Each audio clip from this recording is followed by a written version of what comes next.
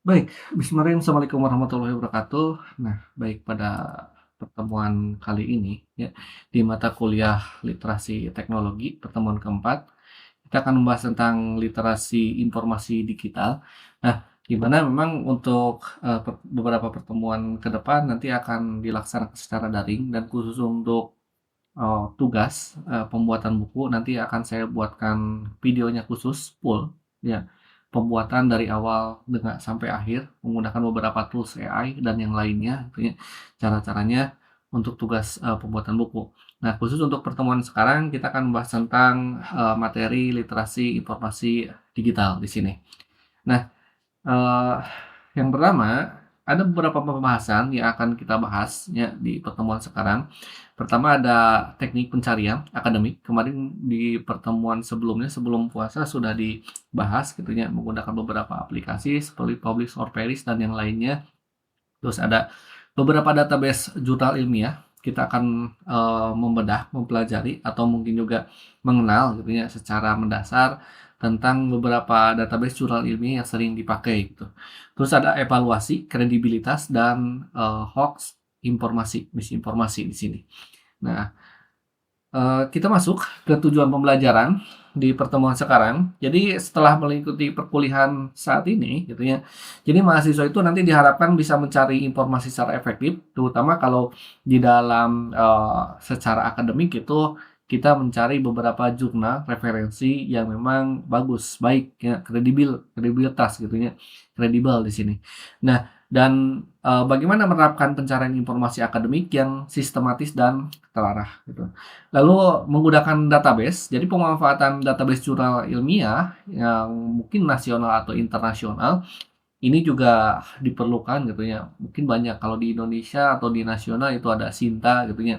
Kalau di luar negeri ada website, ada Scopus dan yang lainnya.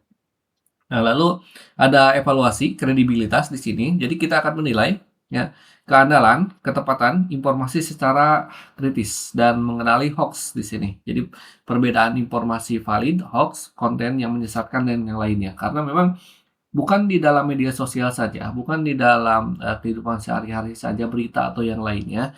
Nah, ketika kita mencari referensi juga, membuat sebuah jurnal, membuat sebuah skripsi, mencari sumber referensi, kadang-kadang ada referensi yang memang bagus, ada juga referensi yang memang kalau bisa disebut kurang bagus atau, salah gitu ya, atau hoax di sini ya. Jadi hoax secara akademik di sini. Nah, kita akan bahas. Pertama, tantangan informasi di era digital. Jadi zaman sekarang itu berbeda dengan zaman ketika saya kuliah. Jadi meskipun memang zaman saya kuliah itu ada internet, tapi ketika pencarian referensi itu kebanyakan berupa judul buku gitu ya. Dan buku-buku itu belum, sebanyak e-books zaman sekarang gitu ya. Jadi pencarian zaman sekarang itu sangat mudah, mencari buku tidak usah kita beli buku malahan gitu ya, jadi menjadi suatu fenomena ketika saya datang ke toko buku, entah ke mana, ke Gramedia atau ke mana, zaman sekarang toko buku itu semakin sepi ya. Mungkin, efek dari digital ini juga gitu ya, ada e-book dan segala macam. Tapi pada dasarnya ada suatu kemudahan gitu ketika pencarian referensi kita mencari di internet gitu ya. Jadi memudahkan kita menganalisis, terutama kita menganalisis isinya, database-nya gitu ya, atau mencarikan kesimpulan gitu. Meskipun memang secara literasi, kita harus membaca secara langsung gitu. Jadi kalau kita menggunakan AI full, carikan referensi gitu ya, langsung berikan kesimpulan, memang bisa gitu ya. Tapi ketika penalaran itu tidak bisa diwakili oleh AI gitu, karena memang ketika kita membaca langsung, dan menalar, memahami sendiri itu akan lebih, mengisi isi otak kita gitu daripada kalau dalam bahasa Sunda itu dipangnalarkeun gitu ya, dipangcarikeun, dibuat kesimpulan oleh AI gitu. Jadi memang untuk literasi itu sendiri, ya tetap meskipun memang membuat suatu kesimpulan dimudahkan oleh AI, kita tidak bisa bergantung terus full sama AI karena memang ya, eee, itu lebih kepada membantu gitu ya, bukan untuk menghilangkan di sini. Nah, lalu tantangan era digital, pertama informasi itu melimpah yang tadi disebutkannya, judul buku banyak sekali melimpah, berita banyak, dan segala macam memang sangat besar, setiap detiknya itu selalu bertambah. Dan selalu ada saja suatu informasi yang, tidak valid. Jadi semua informasi, semua jurnal, semua berita gitu, ada yang memang tidak valid juga. Dan itu beredar akurat, ya, atau mungkin juga kadang keakuratan dapat kepercayaan itu harus dicari di sini. Nah, dan itu seleksi itu diperlukan. Karena apa? Kemampuan memilih informasi, keterampilan krusial, itu adalah keterampilan yang memang sangat penting dipunyai oleh seorang mahasiswa. Kita tidak bisa menelan bulat-bulat suatu informasi, apakah itu betul atau enggak. Malahan ketika kita menganalisis menggunakan AI juga, kita tidak bisa menelan bulat-bulat gitu ya. Oh, langsung dipercaya saja, enggak gitu ya. Justru kita harus, ngecek lagi gitu ya, karena sering sekali saya mencoba gitu, buatkan suatu anggaran proposal menggunakan ChatGPT contohnya, jumlahnya harus 15 juta. Ketika saya dihitung manual lagi, memang di ChatGPT menghasilkan 15 juta, tapi ketika di copy paste dimasukkan ke Excel, dihitung manual gitu ya, itu tidak 15 juta, malahan 13 juta, salah hitung gitu ya. Jadi memang ada beberapa kelemahan gitu ketika, kita langsung telan bulat-bulat gitu. Nah, lalu, apa itu literasi informasi digital? Jadi secara garis besar gitu ya, literasi informasi digital ini adalah kemampuan seseorang, terutama dalam mengelola informasi secara menyeluruh dan bertanggung jawab. Pertama, mencakup 4 potensi utama gitu ya. Yang pertama kita menemukan. Jadi menemukan di sini mencari, mengakses informasi dari berbagai macam sumber yang relevan, yang betul gitu ya. Saya sering sekali melihat beberapa, skripsi zaman dulu gitu ya, mencantumkan referensi itu dari Blogspot ya, dari apa gitu ya, dari beberapa situs yang memang bukan diperuntukkan untuk akademik gitu ya. Jadi biasanya dicoret, ya kecuali memang dia itu asalnya dari jurnal ilmiah yang memang betul-betul kredibel gitu di sini. Nah, karena memang, suatu tulisan itu harus diketahui, dicek dulu gitu ya. Nah, lalu menggunakan. Jadi ketika menerapkan informasi secara tepat, nggak sasaran, sesuai kebutuhan, itu juga ditentukan. Karena kadang-kadang suatu mungkin secara apa ya, secara sosial gitu ya. Karena suatu informasi itu dipergunakan untuk kepentingan diri sendiri atau golongan gitu ya. Untuk apa gitu, karena memang secara informasi bisa dibuat secara subjektif di sini, tidak objektif. Makanya ketika menggunakan informasi itu harus tetap tepat sasaran, sesuai dengan kebutuhan, sesuai dengan kredibilitasnya gitu di sini. Nah, dan secara objektif di sini. Lalu dievaluasi, jadi menilai kualitas, akurasi, kredibilitas informasi yang ditemukan. Kita mencari beberapa referensi, apakah dia itu terpercaya atau tidak, bagus atau tidak gitu ya. Karena memang harus, menentukan di sini gitu ya, dievaluasi, "Oh ini adalah jurnal terakreditasi Sinta 1, Sinta 2 gitu ya. Maka itu secara, eee, sumber itu bisa disebut sumber yang bagus gitu ya, atau kredibel di sini. Dan lalu ketika sudah kita punya informasi-informasi itu, kita bisa menginformasikannya ya, menyampaikan informasi secara etis dan yang pasti bertanggung jawab di sini. Dari apapun itu, mau kita ketika meng-share berita atau kita, mencari referensi yang memang dia itu teorinya betul atau tidak gitu ya. Nah, atau prakteknya betul atau tidak gitu. Nah, lalu kebutuhan informasi akademik, terutama dari sisi mahasiswa ya. Kalau dari mahasiswa, informasi yang memang harus valid, terpercaya, jadi sebagai pondasi keberhasilan, terutama dalam studi mahasiswa dari berbagai macam, konteks akademik di sini. Yang pertama contoh, kita mencari informasi untuk tugas kuliah. Jadi menyelesaikan makalah, laporan, itu memerlukan rujukan ilmiah, referensi. Dan referensi itu tidak bisa asal saja katanya. Nah, atau juga melakukan penelitian. Jadi mendukung metodologi pencarian data-data sekunder gitu ya. Apakah datanya betul atau tidak atau ada manipulasi gitu ya. Jadi berdasarkan landasan teorinya, karya ilmiah atau ada datanya itu terkorelasi atau tidak dengan apa yang kita teliti di sini. Nah, lalu di dalam skripsi juga ketika menyusun tinjauan pustaka itu harus kuat secara argumen, ya. Jadi banyak sekali ketika sidang, ya skripsi argumennya itu dipatahkan, teorinya salah gitu ya, atau mungkin juga prakteknya ya ngarang sendiri gitu ya. Mungkin kalau ngarang sendiri ada referensinya, ada dasarnya, itu tidak masalah, itu bagus, argumennya oke gitu. Tapi kalau ngarang sendiri menurut, ngarang sendiri gitu ya, tanpa ada referensi dan berdasarkan wangsit gitu ya. Nah, itu juga kurang bagus gitu ya, karena secara ilmiah itu juga, tidak masuk akal gitu. Jadi, boleh proses berpikir gitu ya, biasanya kalau kita menyimpulkan suatu keilmuan itu harus mencari beberapa sumber ya, dasar ilmunya, pondasinya bagus. Jadi ketika menyimpulkan sesuatu dari ilmu yang kita ketahui, maka itu akan lebih berbobot, ya. Daripada kita so tahu gitu ya, tidak punya, dasar keilmuan lalu menyimpulkan sesuatu gitu ya. Datanya salah, informasinya salah, teorinya salah gitu ya. Dan ketika praktik otomatis salah, menyesatkan di sini. Makanya itu penting ya, keilmuan dasarnya gitu. Jadi semakin kita banyak membaca, semakin kita banyak mendengarkan, menyimak gitu ya, maka semakin berbobot apa yang kita sampaikan gitu di sini. Lalu hal tersebut itu bisa mengembangkan diri sendiri. Jadi memperluas wawasan, pengetahuan, terutama dari luar kurikulum formal. Karena banyak sekali pembelajaran yang memang kalau bisa disebutkan tidak bisa diukur, dipatok gitu ya, di dalam kelas ya. Jadi banyak sekali keilmuan yang memang, kita bisa dapatkan di luar kelas ya. Entah itu Anda ikut organisasi internal atau mungkin agak, mengikuti apa ya, bisnis atau apapun itu gitu ya. Jadi bagaimana mengembangkan hard skill, soft skill gitu ya, di dunia nyata itu juga berguna ya.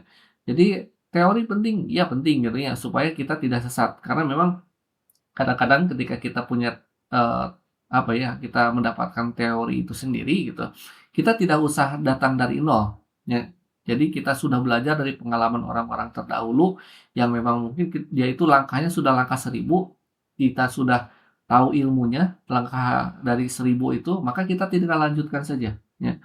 Makanya itu berkelanjutan gitu. Makanya kalau zaman sekarang peradaban manusia Eee, membuat laptop, membuat handphone gitu ya, atau, alat-alat elektronik ya, itu tidak semata-mata dia dapat wangsit, justru mereka melakukan penelitian orang-orang terdahulu yang memang sudah meninggal di sini, dan itu dilanjutkan terus-menerus gitu ya. Karena memang umur manusia itu, ya kalau bisa disebutkan itu terbatas gitu, sedangkan revolusi industri itu sudah sampai 200 tahun lebih ya. Tidak ada ilmuwan atau mungkin juga manusia yang memang dia itu masih hidup sampai 200 tahun. Mereka melanjutkan keilmuannya gitu ya, dari ilmuwan-ilmuwan orang-orang terdahulu di sini. Dan itu pengembangan diri gitu ya.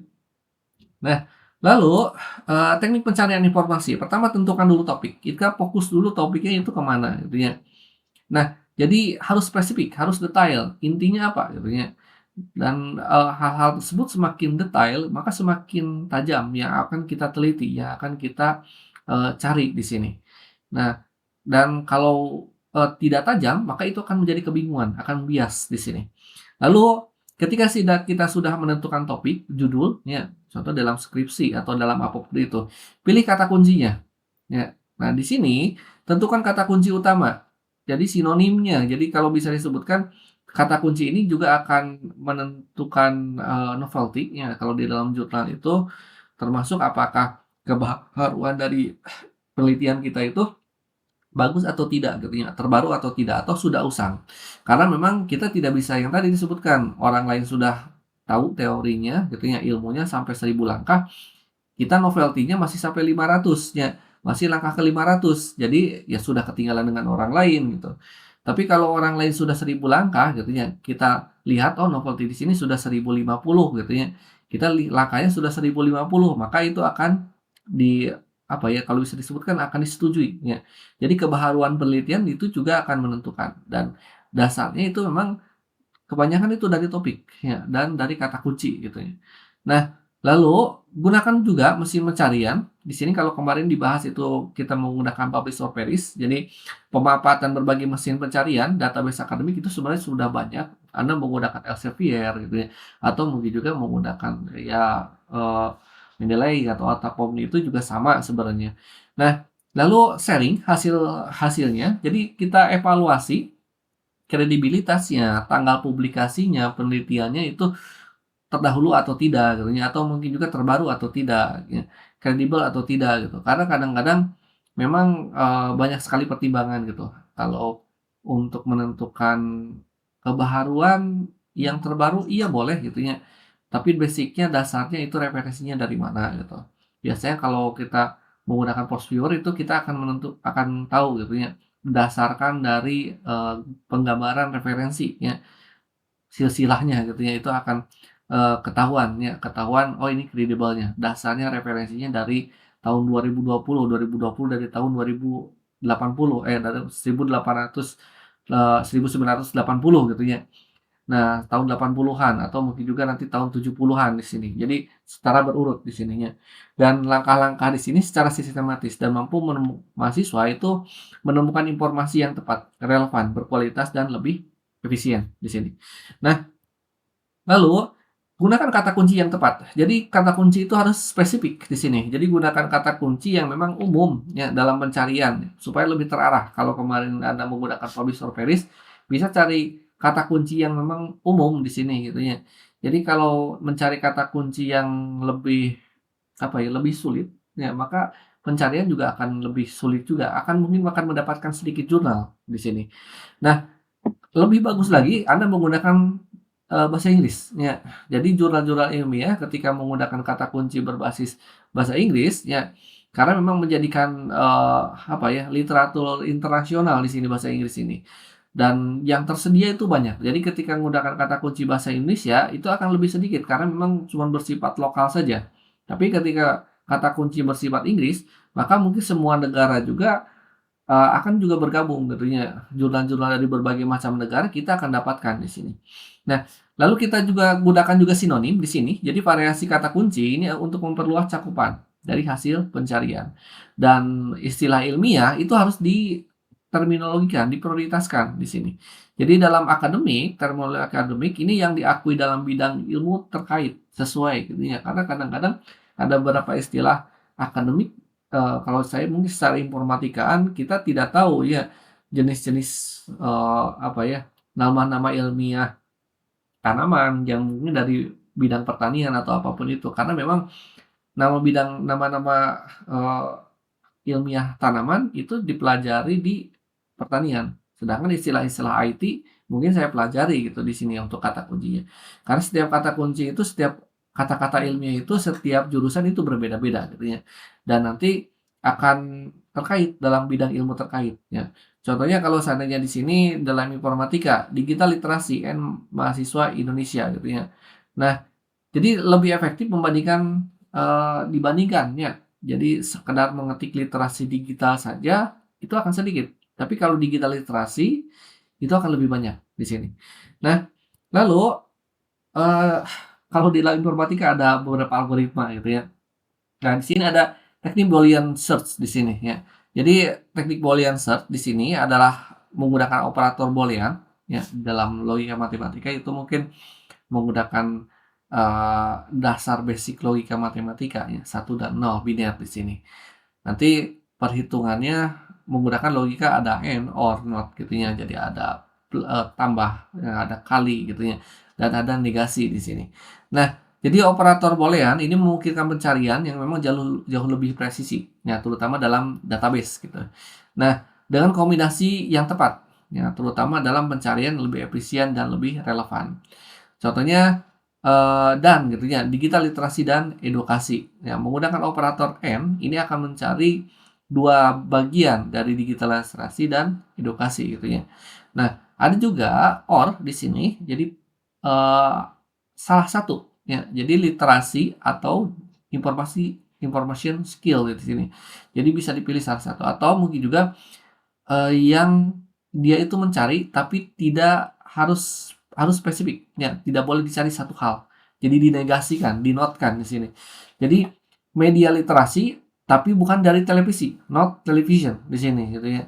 Nah, itu untuk teknik Boolean search, biasa menggunakan itu gitu ya, kalau untuk pencarian secara digital. Nah, lalu ada fitur advanced di sini. Jadi ketika pencarian lebih lanjutan, mungkin ke mahasiswa mencari, ya, menyaring hasil secara spesifik. Nah, terutama untuk mendapatkan artikel yang benar-benar relevan dengan kebutuhan penelitian. Pertama, kemarin kan dibahasnya, kita filter tahunnya, batasi periodenya. Biasanya kalau di dalam skripsi itu 5 tahun terakhir gitu ya. Nah, jenis dokumennya juga tentukan apakah Anda menggunakan jurnal, buku gitu ya, atau mungkin juga tesis, proceeding gitu, disertasi dan yang lainnya gitu. Di sini juga bisa ditentukan. Nah, lalu nama penulisnya juga bisa dicari ya, autornya di sini. Jadi cara karya ilmiah dari pakar tertentu di bidangnya. Ya itu akan menentukan kredibilitas dari jurnal tersebut. Karena seorang pakar ketika membuat suatu jurnal itu pasti akan berkualitas ya, tidak asal saja di sini. Oh, dia pakarnya keilmuannya tentang apa ya, kalau bisa disebutkan contoh Pak Dekan gitu ya, FKIP gitu. Itu tentang pendidikan karakter gitu ya. Maka tentukan itu tentang pendidikan karakter di sini. Ya, maka ketika cari namanya Pak Dekan FKIP, Pak Yoyo, maka ketika Anda mencari pendidikan karakter, autornya Pak Dekan, ya mungkin akan ketahuan gitu ya. Oh, di sana berarti beliau itu memang pakar gitu ya, dan jurnal-jurnal tentang pendidikan karakter itu ya memang bagus-bagus di sana gitu ya, karena pembahasan materi fokus kajiannya itu di sana. Nah, lalu pilih juga jurnal tertentu, jadi fokus pencarian pada jurnal bereputasi tinggi yang relevan di sini. Kalau kemarin kan dibahas ada Scopus atau mungkin juga ada apa ya, website atau mungkin juga Sinta di sini gitu. Meskipun kalau Scopus itu memang ada yang bisa diakses, ada yang juga yang tidak gitu ya. Nah, lalu jurnal database jurnal ilmiah. Ini ada beberapa jenisnya di sini. Database repository digital ini menyimpan indeks dan menyediakan akses ke artikel ilmiah di seluruh dunia. Pertama contohnya seperti ada Google Scholar di sini. Jadi Google Scholar ini sebenarnya mesin pencarian gratis berbasis Google yang memang semua jurnal ilmiah itu bisa tampil di sini. Ya. Lalu ada Scopus, ini sebenarnya database terbesar literatur ilmiah yang terutama bereputasi, ya, berkualitas di sini. Lalu ada website, ini kalau bisa disebutkan website ini adalah indeks multidisiplin dengan analisis citasi yang mendalam. Jadi kalau kata beberapa orang, ya ahli jurnal, reviewer, ya, editor, jurnal ilmiah, kasta tertinggi ini sebenarnya website ya, bukan Scopus di sini gitu ya. Nah, karena memang dari sekian ratus ribu, ya cuman sekitar 10%-nya itu yang berkualitas dan ada di website di sini. Nah, terus ada DOAJ dan Garuda di sini. Jadi aksesnya sama terbuka internasional dan nasional Indonesia di sini ya. Nah, lalu Eee, yang pertama yang paling populer, yang paling populer itu sebenarnya Google Scholar. Makanya kemarin dicarikan kalau Anda mencari menggunakan Publish or Perish, ya aksesnya pencarian mesin pencariannya itu menggunakan Google Scholar. Kalau menggunakan Scopus bisa sebenarnya, tapi harus punya akses di sini. Nah, platform pencarian akademik emang yang paling populer di kalangan mahasiswa dan kemudahan aksesnya itu adalah Google Scholar. Nah, kenapa? Pertama cari artikel ilmiah dari jutaan artikel dari berbagai macam multidisiplin ilmu itu tersedia ya di dalam satu platform ini dan saling tersambung gitu ya. Nah, lalu ada lacak citasi juga bisa di sini. Jadi ketika melihat beberapa artikel dikutip sebagai indikator dampak ilmiah juga bisa ditentukan dan yang pasti gratis dan mudah ya. Google Scholar ini dapat diakses oleh siapa saja, kapan saja, ya, tanpa ada biaya langganan institusi, ya. Kalau kemarin, eee, beberapa tahun ya, kemarin ikut seminar, beberapa universitas yang harus punya akses Scopus itu harus sekian miliar per tahun ya, bayarnya gitu, ke, Scopus yang di sini. Karena memang, untuk dapat mahasiswa yang akses Scopus itu harus ada bayaran di sana gitu ya. Dan memang apa ya, kalau bisa disebutkan kualitasnya juga lebih bagus kalau Scopus itu, cuman memang harus berbayar di sini. Tapi kalau untuk mahasiswa yang memang, atau mungkin juga kampus-kampus, kalau bisa disebutkan, belum punya akses ke sana, maka Google Scholar itu adalah salah satu pilihan terbaik di sini untuk mencari referensi, ya. Tapi mudah menggunakan AI juga gitu ya. Nah, lalu ada database gratis dan berbayar. Sebenarnya ada beberapa jenis ya. Kalau gratis contohnya seperti apa? Ada Google Scholar, gitu ya, ada DOAJ di sini atau Garuda Portal ya. Nah, kalau berbayar seperti apa saja? Scopus, Website atau Direct gitu ya dari Elsevier dan segala macam. Nah, sebenarnya kalau untuk catatan database berbayar biasanya bisa diakses via kampus dan kampus itu harus punya apa ya, punya akses karena memang dia itu berlangganan bayar ya ke Scopus ya atau ke mananya gitu. Nah, Jadi bagaimana akses database itu berbayar. Jadi mahasiswa juga dapat mengakses database berbayar secara gratis. Sebenarnya bisa menggunakan kampus atau VPN institusi di perpustakaan ya. Yang umumnya yang memang telah berlangganan, yang entah itu dari Scopus, website atau Sign Direct di sini. Nah, tips dalam pemanfaatan akses kampus memang semaksimal mungkin, ya sangat leluasa karena memang studi yang Anda baca, artikel-artikel atau buku-buku yang Anda baca, semakin berkualitas juga semakin bagus ya. Ketika mengunduh artikel yang dibutuhkan sesuai dengan penelitian yang kita butuhkan, maka itu juga semakin oke. Ya. Keilmuannya juga semakin akan berbeda ya. Jadi beda kualitas ya di sini. Lalu ada evaluasi kredibilitas informasi. Di sini jadi tidak semua informasi itu layak dijadikan rujukan ilmiah karena memang mahasiswa juga wajib menilai kualitas sumber daya, harus kritis sebelum menggunakan. Ya kemarin tadi yang tadi dibahas gitu ya. Jangan menjadikan referensi dari blogspot di sini karena itu kurang bagus. Karena belum diperuntukkan bukan untuk jurnal ilmiah gitu. Tapi kalau dari jurnal ilmiah ya, ya mungkin basic-basicnya kalau sudah ada sintanya ya atau mungkin juga sudah Scopusnya itu kredibel di sini. Nah, lalu sumbernya itu harus berasal dari mana ya? Yang tadi disebutkan harus ya, berdasarkan memang jurnal-jurnal ilmiah ya. Nah, lalu penulisnya itu juga siapa ya? Autornya siapa? Isi kontennya itu logis atau objektif atau mungkin datanya mendukung atau tidak? Sesuai atau tidak ya? Ada korelasinya atau tidak? Nah, dan akurat atau tidak ketika diverifikasi dan yang pasti adalah relevan dengan penelitian yang kita teliti di sini. Nah, lalu bagaimana metode CARV ya? Ya, CRAAP di sini ya untuk testing. Jadi pertama C itu ada currency di sini, kebaharuan. Jadi seberapa mutakhir informasi tersebut. Contohnya batasnya jurnal ilmiah itu 5 tahun terakhir gitu ya. Lalu relevan dengan penelitian yang kita teliti di sini ya. Jadi sesuai dengan kebutuhan penelitiannya. Lalu siapa autornya di sini? Oh, yang penulisnya orang ahli di bidangnya gitu ya. Itu juga akan kredibel. Nah, dan yang pasti harus akurat. Jadi informasi itu didukung dengan buku bukti-bukti, referensinya. Oh, ini referensinya dari sini, dari sini. Nanti mungkin akan saya praktekkan bagaimana apa ya penggambaran referensi silsilah referensi dari setiap jurnal di sini, gitu ya. Apakah jurnal tersebut kredibel atau tidak di sini.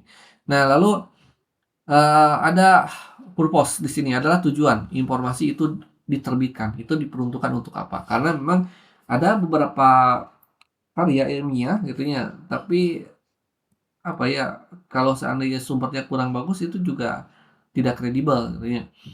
Nah, karena memang harus banyak hal-hal yang seperti ini yang harus ditentukan gitu. Boleh kita kita mencari informasi berdasarkan contoh standar TikTok gitu ya. Nah, untuk standar TikTok kalau untuk hiburan-hiburan saja boleh gitu, tapi kalau standar TikTok kalau dari TikTok dijadikan sebagai referensi jurnal ilmiah gitu ya, atau penelitian ilmiah itu jangan gitu ya. Karena memang itu diperuntukkan untuk media sosial bukan untuk ilmiah gitu ya. Nah, lalu untuk ciri-ciri informasi yang kredibel, pertama berdasarkan jadi jurnal ilmiah. Jadi jurnal-jurnal ilmiah otomatis orang-orang yang bergelut di sana, orang-orang ahli di bidangnya gitu ya. Kalau seperti media sosial, semua orang bisa, entah dia itu kredibel atau tidak, bisa memberikan komentar yang bagus atau tidak, gitu ya. Kadang-kadang menjadi seorang komentator dari sebuah berita, gitu ya, atau dari sebuah kejadian, padahal dia bukan ahlinya, ya, itu adalah media sosial. Tapi kalau jurnal ilmiah itu berbeda. Ketika membuat suatu tulisan, ya dia itu harus memang ahlinya di bidangnya, gitu ya, dan kredibel. Semakin tinggi rating suatu jurnal, maka semakin kredibel juga isinya, gitu di sini. Nah, lalu memang untuk publikasinya itu pasti akan ketat. Reviewernya akan sangat ketat sekali semakin ke sini gitu ya. Contohnya di Sinta 12 atau Scopus Q1, Q2 gitu ya. Nah, jadi memiliki juga referensi dilengkapi dengan daftar pustaka yang ditelusuri kebenarannya gitu ya. Lalu ditulis oleh ahlinya dan datanya itu terverifikasi ya. Ada fakta, angka yang disajikan berdasarkan sumber yang memang benar-benar bukan hasil ngarang di sini gitu ya. Data-datanya, jumlahnya. Nah, lalu apa itu hoax di sini? Jadi hoax ini sebenarnya adalah informasi yang memang sengaja dibuat, disebarkan dengan tujuan itu bisa juga untuk menyesatkan publik. Jadi meskipun tidak sesuai fakta yang ada gitu ya. Nah, ini kalau yang paling sering dilakukan secara penyimpangan ilmiah gitu ya. Kalau kata beberapa dosen ahli statistik, contohnya seperti, apa ya, quick count di sini, bukan quick count itu apa ya, survei dikhususkan untuk popularitas politisi di sini gitu ya. Nah, biasanya kalau masa-masa pemilu ya beberapa lembaga survei itu melakukan survei. Tapi apakah surveinya itu benar atau tidak kadang-kadang tergantung pembayarannya di sini gitu ya. Kredibel atau tidak, karena memang bisa saja kredibel, betul. Tapi kalau, berdasarkan sampel atau populasinya di satu bagian tidak menyebar, itu juga kurang objektif gitu ya. Kalau di satu bagian basic-nya si 01 lalu ditampilkan, ya memang secara ilmiah betul gitu ya, tapi tidak kredibel, tidak objektif di sini. Jadi banyak faktor sebenarnya gitu ya. Tidak bisa disebut hoax juga, tapi manipulasi di sini ya. Nah, sebenarnya kalau untuk hoax itu lebih kepada data-data, angka-angka dirubah gitu ya, atau mungkin juga sengaja untuk menyesatkan publik ya, tidak dicantumkan referensinya, tidak dicantumkan kalau bisa disebutkan, eee, apa ya, populasinya, sampelnya itu dari mana gitu ya. Nah, apakah semua orang itu melaksanakan atau ikut survei atau cuman beberapa bagian saja. Nah, kalau di dalam apa, perhitungan ilmiah itu memang harus melakukan hal-hal tersebut gitu. Nah, lalu akhirnya kalau melakukan hal tersebut gitu ya, membuat suatu penelitian berdasarkan pesanan gitu ya, akhirnya tidak sesuai fakta, ya.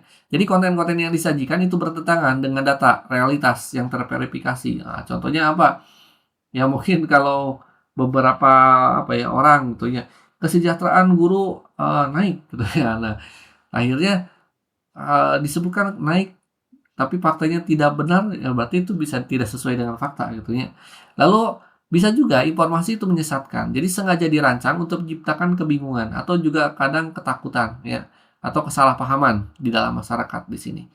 Nah, di beberapa negara sebenarnya ada pembatasan, media sosial ada gitu ya, karena terutama untuk keamanan ya, untuk keamanan negara di sini.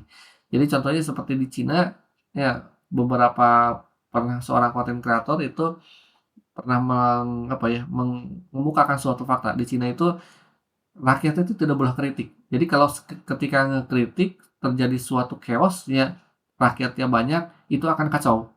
Makanya kritik itu mungkin juga dibatasi di sini ya. Nah, tapi, untuk apa ya, untuk masukan itu disediakan ya, pos-posnya atau disediakan, aplikasi khusus ketika jalan bolong, ketika apapun itu gitu ya. Itu langsung dilaporkan, langsung diperbaiki ya, itu akan lebih terstruktur ya ketika ada perbaikan suatu pelayanan publik atau yang lainnya. Dan Eee, jadi tidak menjadikan apa ya, tidak menjadikan suatu kepentingan di sini gitu ya. Jadi biasanya ada beberapa orang bukannya memperbaiki gitu ya, tapi akhirnya ya melakukan hal-hal yang tidak baik ya, akhirnya menjadikan sebuah keributan dan banyak hal tersebut gitu. Nah, akhirnya menjadikan suatu kebingungan, ketakutan atau kesalahpahaman di masyarakat dan ini apa ya, suatu hal yang memang harus sangat dikaji ulang gitu ya, termasuk saya juga sama gitu ya, dan, harus sering mengkaji, harus sering mengeceknya apakah betul atau tidak, jadi jangan terburu-buru ya. Nah lalu kadang juga suatu informasi atau hoaks itu juga bisa disengaja disebarkan, ya terutama pasti apa ya, ada kepentingan di sini ya. Jadi bukan sekedar kesalahan sebenarnya, jadi melainkan ada niat di balik ada kepentingan di sini dalam penyebarannya gitu. Nah, itu sebenarnya lebih kepada apa ya, politisnya atau mungkin juga kepentingan orang gitu ya. Tapi kalau secara ilmiah, kita tidak akan terlalu banyak terlibat dalam hal tersebut. Nah, justru harus yang tadi disebutkan, dasar-dasarnya harus objektif, harus kredibel gitu ya. Jadi ketika mencari referensi itu tuh betul, bukan berdasarkan apa ya, berdasarkan, wangsit di sini ya. Nah, lalu jenis-jenis misinformasi, yang pertama ada hoax-nya, ini lebih kepada informasi palsu, ya berdasarkan fakta tidak berdasarkan fakta sama sekali, benar-benar beda ya dari aslinya. Nah, lalu ada disinformasi, jadi informasi yang memang salah, sengaja dibuat, terutama untuk menipu, untuk menyesatkan, ya. Ya, terutama apa ya, untuk membuat suatu kegaduhan, kekacauan di sini gitu ya. Lalu ada clickbait di sini, jadi judul yang memang sangat bombastis ya, menarik, namun isinya tidak sesuai. Contohnya Rhoma Irama meninggal, ketika diklik, Rhoma Irama tukang cukur, ya bukan Rhoma Irama raja dangdut gitu di sini. Itu clickbait di sini.